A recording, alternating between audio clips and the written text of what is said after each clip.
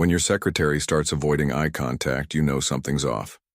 My name is Daniel Wright, 42 years old, senior accountant at Cloudmarsh Tech in Denver, Colorado, where I'd been making numbers behave for almost a decade.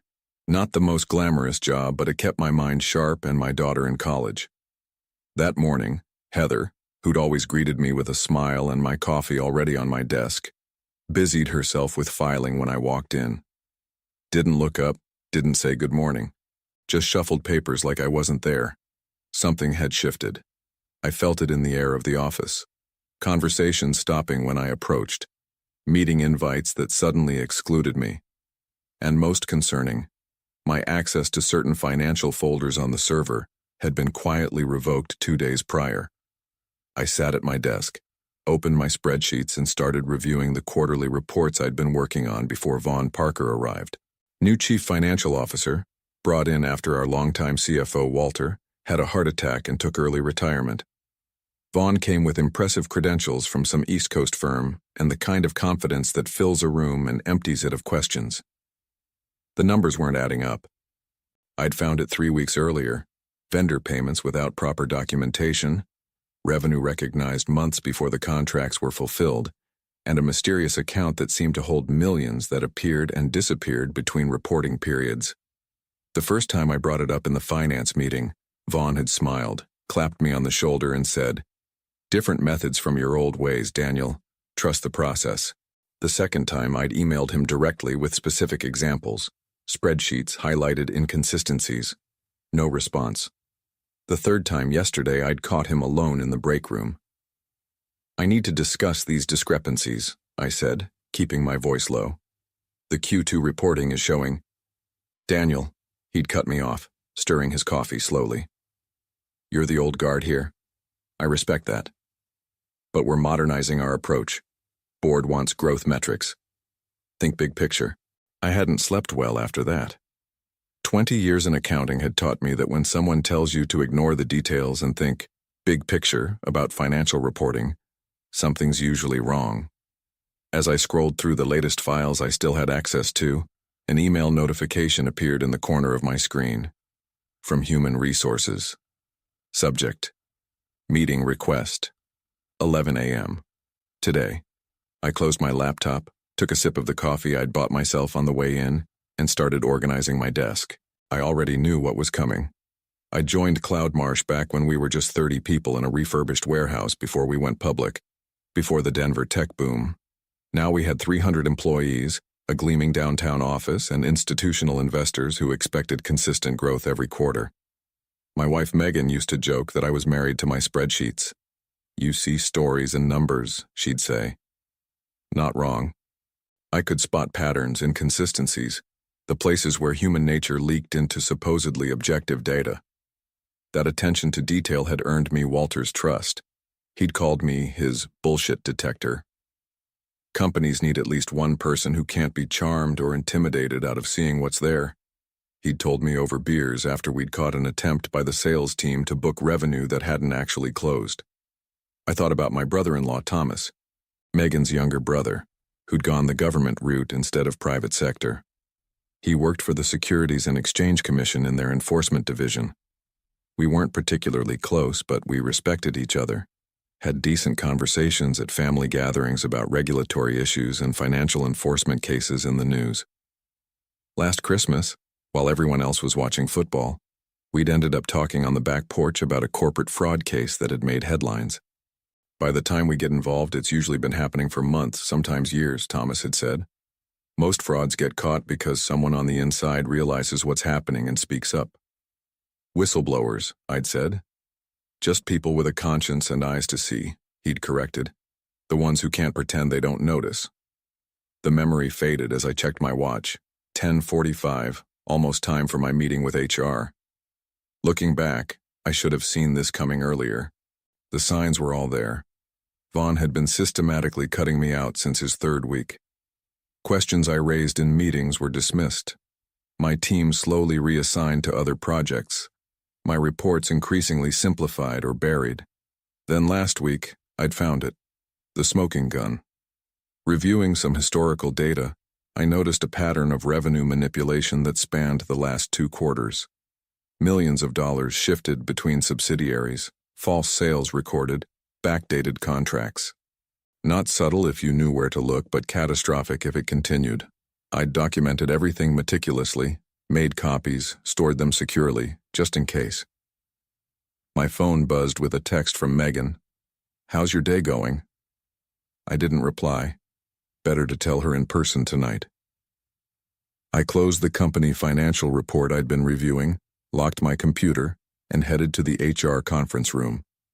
Time to face whatever came next. "We're restructuring the finance department," said Vaughn, seated next to Paula from HR.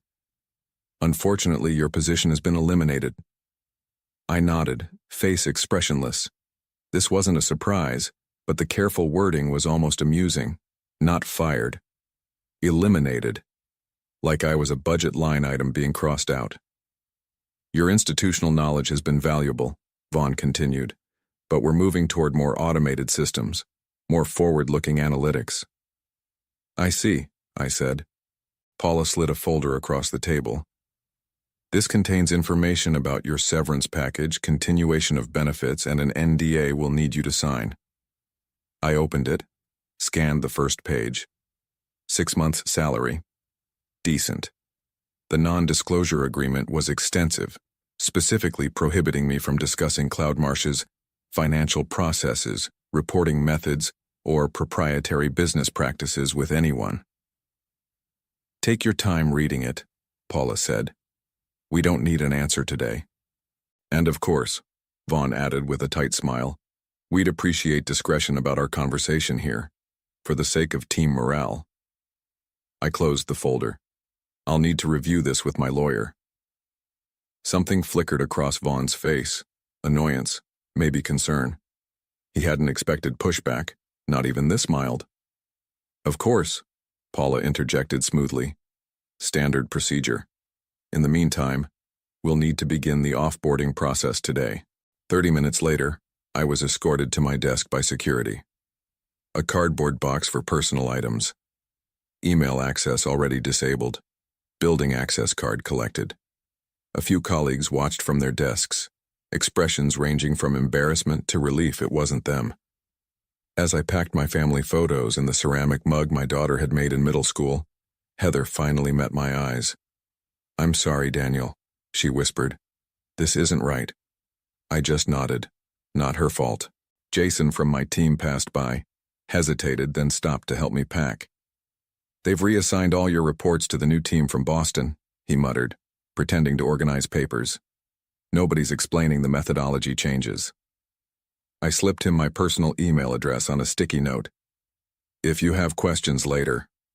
Security cleared his throat. Time to go.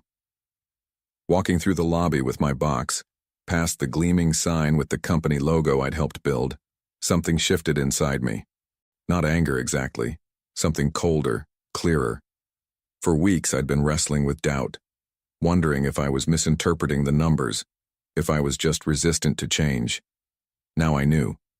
They wouldn't fire a senior accountant over modernization. They'd fire someone who saw too much. In my car, I sat for a moment, hands on the wheel.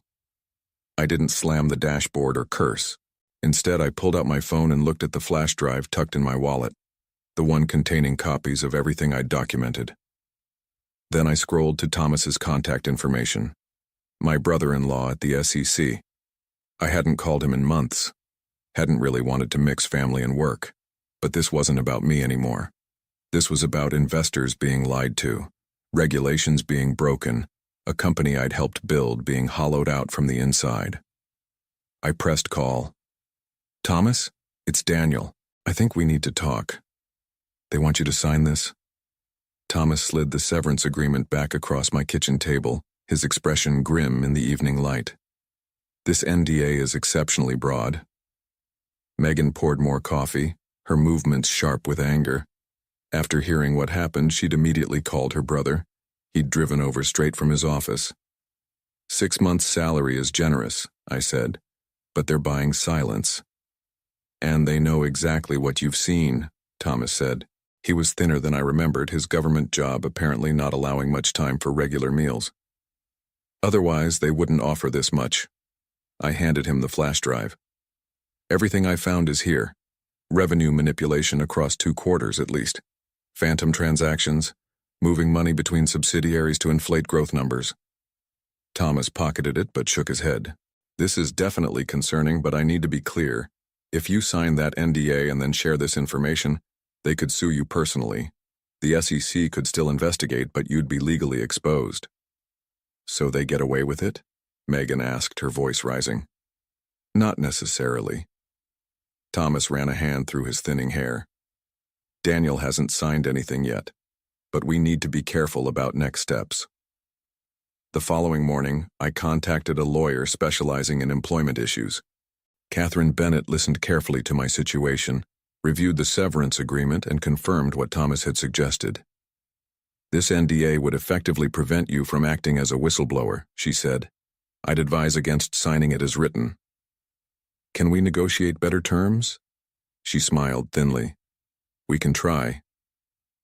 2 days later, I received a call from Vaughn himself, not HR. His voice was tight. Daniel, I understand you've engaged legal counsel to review the agreement. Standard procedure, I echoed his earlier words. A pause. We value your years of service and want this transition to be smooth for everyone. Perhaps we can meet to discuss your concerns. That afternoon, I found myself back in the same conference room, this time with Catherine beside me, facing Vaughn and the company's general counsel, a stern woman named Diane. We can increase the severance to 9 months, Vaughn offered, but the confidentiality provisions remain non-negotiable. Catherine smiled politely. My client has concerns about certain financial irregularities he observed during his employment. The current language could be interpreted as preventing him from fulfilling his legal obligations if regulatory issues arise. Diane's eyes narrowed. Are you suggesting Mr. Wright intends to make allegations against Cloudmarsh? I'm suggesting, Catherine replied, that my client can't waive his legal right to report potentially unlawful activity, regardless of any agreement. The room temperature seemed to drop 10 degrees. I think we need to be very clear, Vaughn said, leaning forward. There are no irregularities or unlawful activities at Cloudmarsh. What there is a former employee who perhaps misunderstood our updated accounting practices and might be harboring resentment over organizational changes. He slid a new document across the table. We're prepared to offer 12 months' salary, quite generous, but we'll need a signed statement confirming you observed no illegal activities during your employment, along with the NDA. I felt Catherine stiffen beside me. We'll need to review this new offer, she said, gathering her papers. In the elevator down, she was blunt. They're scared. That counteroffer is basically asking you to sign a false statement, which would discredit me if I ever came forward later, I realized. Exactly. And 12 months' salary is a small price for them to pay to neutralize a potential whistleblower. As we walked through the lobby, I noticed Jason from my team hurrying in through the main entrance. When he saw me, his eyes widened. He veered toward the coffee shop embedded in the building instead of the elevators. I told Catherine I'd meet her at the car. Daniel, Jason said quietly when I approached him in line. They're going through all your old files. Vaughn has a team working late, modifying reports you worked on. My stomach dropped. They're covering their tracks. He nodded, pale. And they just announced an all-hands tomorrow about exciting Q3 projections. The numbers they're showing. He shook his head. They're not real. We both know it. Be careful, Jason. You too, they're saying things about you, that you couldn't adapt, that you made mistakes. He grabbed his coffee and left quickly. I walked to Catherine's car, my mind racing. They weren't just hiding past fraud. They were accelerating it, emboldened by my removal. That night, Thomas came over again. We spread printouts across my dining room table, documents I'd taken, analyses he'd begun, regulations potentially violated. This goes deeper than I initially thought, he said, tapping a particular spreadsheet. These patterns suggest the manipulation started before Vaughn arrived. I frowned, reviewing the timeline. That doesn't make sense. Walter was meticulous, ethical to a fault. When did Walter leave exactly? 4 months ago. Sudden heart attack. He'd been stressed, working late, but something clicked. I pulled up a different document, the audit committee meeting minutes from my files. Walter had raised concerns about pressure from the board to improve quarterly numbers just 2 weeks before his health crisis. "You think he was pushed out?" Megan asked, setting down 3 beers. "Not necessarily pushed," I said slowly. "But if he was under pressure to manipulate results and refused, the stress alone could trigger health issues," Thomas finished, "and create an opening to bring in someone more flexible." I took a long drink. So Vaughn was hired specifically to continue or cover up fraud that was already happening. "It's a theory," Thomas cautioned. "But look at the board changes last year. 3 new directors from investment firms that specialize in tech turnarounds. They probably wanted faster growth to position for acquisition." I sorted through more documents, finding board meeting minutes. Here, they approved an executive compensation plan heavily weighted toward stock performance metrics. "The entire C-suite gets massive bonuses if the share price hits certain targets." Thomas nodded grimly. "Classic motivation. And with Walter gone, you were the last person in finance who might notice and object." For hours, we pieced together the larger picture. This wasn't just Vaughn. It was systematic, involving board members, possibly other executives. The scope was staggering. Inflated revenues, hidden expenses, manipulated projections designed to artificially boost the stock price ahead of a rumored acquisition. The public filing next week, I realized. If they report these falsified Q3 numbers, they're committing securities fraud in broad daylight. "And potentially harming thousands of investors," Thomas added. Around midnight, Catherine called with news. Cloudmarsh's counsel reached out. They're withdrawing the severance offer entirely, claiming evidence of potential misconduct on your part. My laugh was hollow. "What misconduct?" "They're alleging you took confidential documents, and they're threatening to pursue all available remedies unless you return all company property immediately." "They know," Megan said after I hung up. "They know you have evidence." "Which means we've hit a nerve." Thomas gathered the papers into a neat stack. "Daniel, this has escalated beyond a wrongful termination. The SEC needs to open a formal investigation." "What does that mean for me?" "You'd become an official whistleblower. There are protections, but it's still a difficult road. These cases can take years. The company will likely attack your credibility, your work history, anything they can find." Megan took my hand. "Can they hurt him legally?" "If everything you've shown me is accurate, you've done nothing wrong.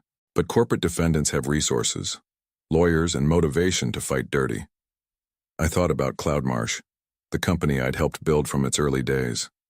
About Walter, who might have been pressured into a health crisis for maintaining his ethics. About Jason and others still there, being forced to participate in fraud or risk their livelihoods. "I'll need to think about this," I said. Thomas nodded, understanding. The protection of whistleblowers is strongest when they act before they're terminated or targeted. The timing here isn't ideal, but the evidence is compelling. After he left, Megan and I sat in silence for a while. "I could just walk away," I finally said. "Find another job. Let someone else deal with it." She studied my face. "Could you really? Sleep at night, knowing what you know?" I already knew the answer.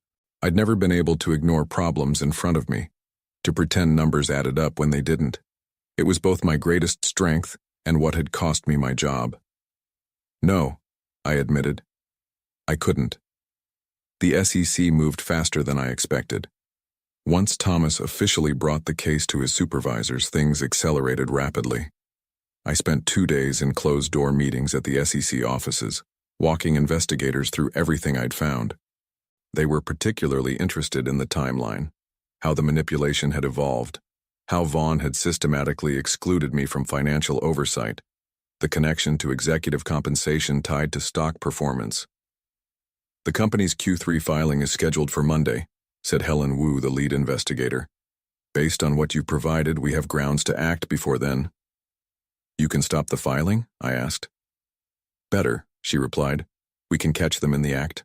What followed was a carefully choreographed plan. The SEC would not alert Cloudmarsh about the investigation yet. Instead, they'd monitor the final preparation of the fraudulent filing. They needed to catch the executives knowingly submitting false financial statements.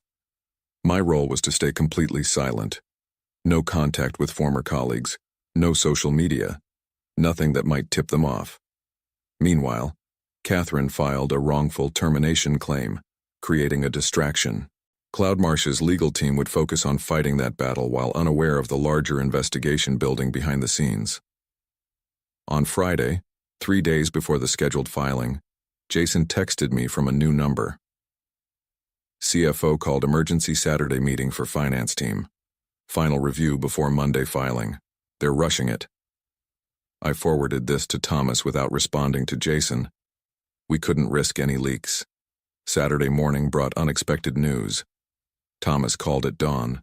Walters agreed to talk, he said, excitement breaking through his professional demeanor. Walter? My old boss? We approached him confidentially yesterday.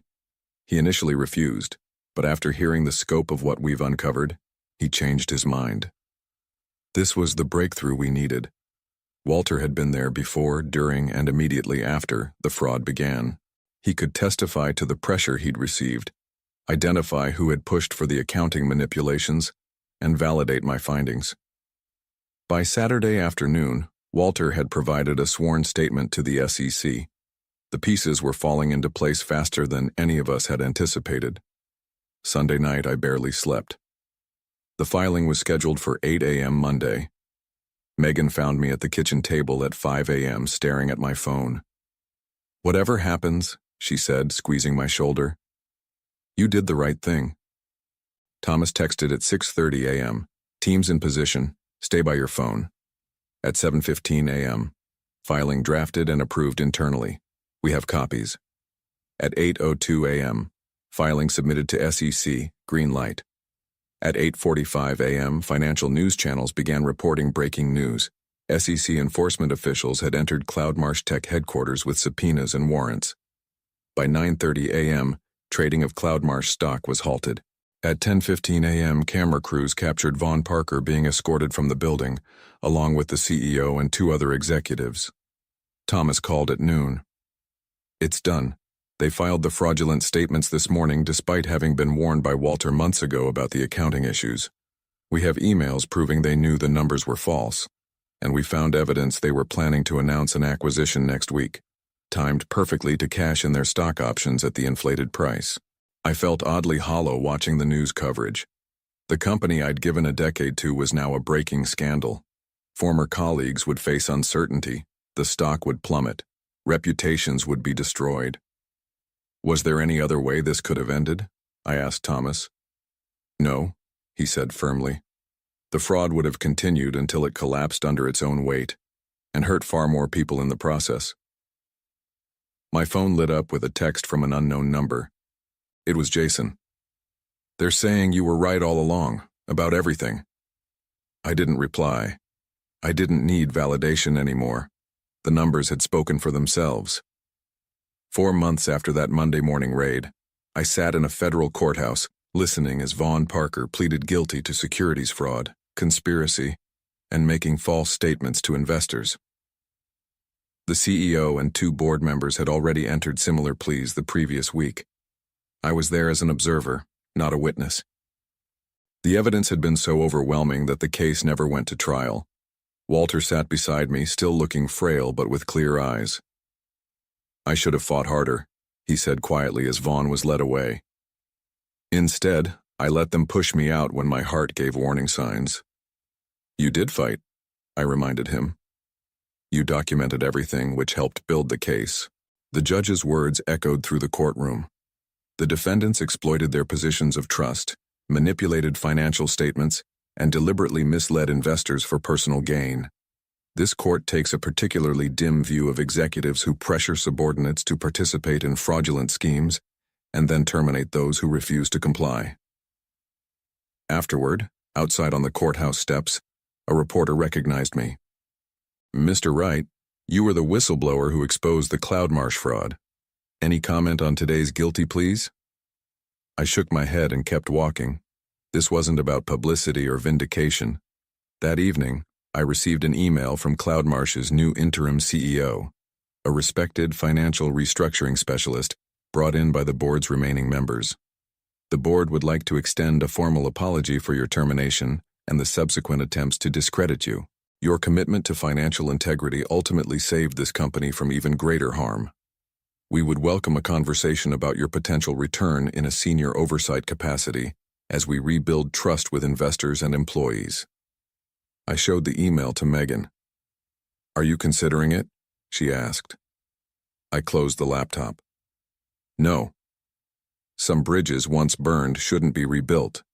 The company that had valued growth over ethics, that had punished truth-telling and rewarded deception, wasn't one I wanted to help resurrect, even under new management. 6 months after the courthouse, I sat on our back deck, watching autumn leaves fall. My phone buzzed with a text from Thomas. Final settlement announced, $62 million penalty. Defrauded investors getting 94 cents on the dollar. Not bad. I set the phone down and returned to the papers spread before me. A business plan for a financial compliance consulting firm. After the Cloudmarsh case made headlines, I'd received calls from companies wanting to strengthen their internal controls, from law firms needing expert witnesses, from business schools requesting guest lectures. Turned out there was a market for people who understood both the mechanics of financial fraud and the courage to stand against it. "Walter's on the phone," Megan called from inside. "Says he has news." Walter had been consulting with the Justice Department on strengthening whistleblower protections. His experience, both the health toll and the courage to eventually come forward, had made him an effective advocate. "They're adopting our recommendations," he told me, voice stronger than I'd heard in years. "New protections, better reward structure, clearer reporting channels. Should make it easier for the next person who spots something wrong." "That's good," I said, meaning it. "That's really good." After we hung up, I made a few final notes on my business plan. The whistleblower award I'd received had given us financial security, but this new venture wasn't about money. It was about making integrity the default, not the exception. Megan brought out coffee, sitting beside me. "You never did tell me," she said, "when exactly you knew you were going to report them." I thought about it. The moment they fired me. Not because I was angry, but because that's when I knew for certain I was right. They wouldn't have gone to that trouble otherwise. She nodded. "Some people mistake being quiet for being weak." "Their mistake," I said, watching another leaf drift down. "Not mine."